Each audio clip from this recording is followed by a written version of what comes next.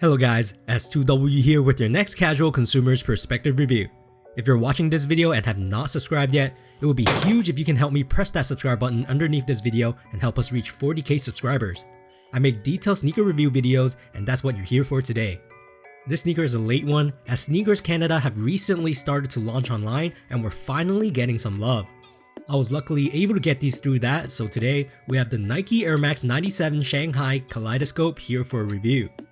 In preparation for this year's Air Max Day 2019 that happened back in March, Nike did something special last year in 2018 that allowed the public to vote for newer Air Max designs that various designers have submitted. Eventually, out of the 18 finalists, 6 winners won from different cities including New York City, London, Paris, Seoul, Shanghai, and Tokyo. However, the Shanghai pair I have here today was notably most popular amongst the 6. Designed by Cash Rue, he redesigned the Air Max 97 silhouette and reimagined it as the puffy clouds he sees floating above the Shanghai sky.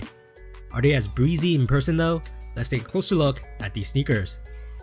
Now I've seen pictures online and they look phenomenal. These in person, in my opinion, is just as jaw-dropping. The upper is made out of a multi-layer design filled with translucent sheets of what feels like ripstop fabric in sky blue. It feels very thin and plasticky, but with the properties that is water resistant and resistant from tearing easily. In total, there are 15 sheets of these fabrics on top of another, and technicality wise, every 3 sheets is reinforced by a clear plastic strip near the bottom. All of this crazy design is the designer's way of showing how clouds can shift and take on new forms as they move, as seen by the flexibility of this ripstop fabric moving like paper. I've seen people cut these layers into wavier shapes as well, so it's great for those who like DIY. While the mudguard surrounding the shoe feels like it's made out of suede, but it's not that hairy by touch, so it does feel like felt material as well. This of course wraps around the whole shoe, and in fact, both the lateral and medial side of the sneaker looks the same. We will also see the iconic swoosh at the midfoot area of the sneaker embroidered in a tiny but vivid red colorway. The only difference is on the medial side, where the suede fabric meets and is stitched up.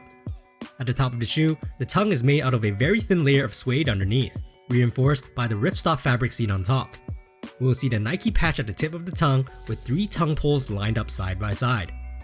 There is a plastic strip that followed along the contour of the tongue, providing the extra eye stays that these white rope laces are threaded through.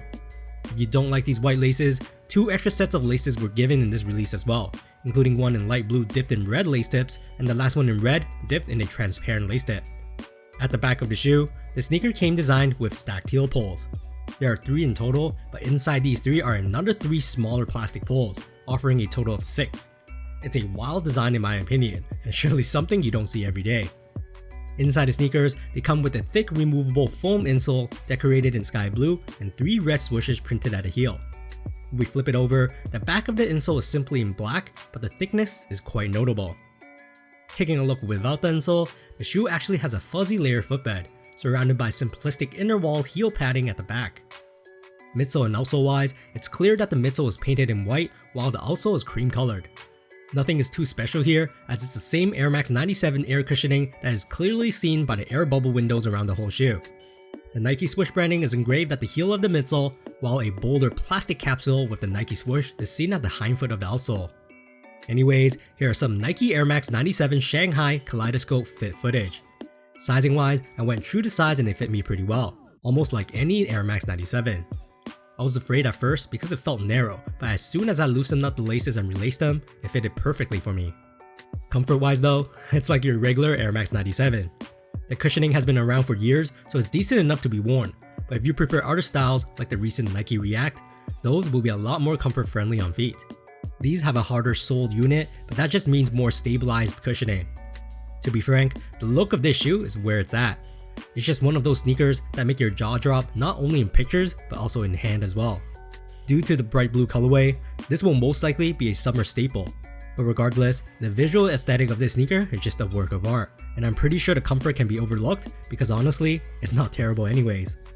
Price wise, these retailed for 260 Canadian dollars before tax. It's one of my happiest pickups for a while and my first W on Canadian sneakers. I actually missed out on a lot of Sneakers Canada drops now, so it's nice to be able to grab something that I actually really wanted than something I wanted more because of hype. As always, throw me some likes if you like this video, Hit the subscribe button if you haven't already, and let me know in the comments if you copped anything this year for Air Max Day 2019.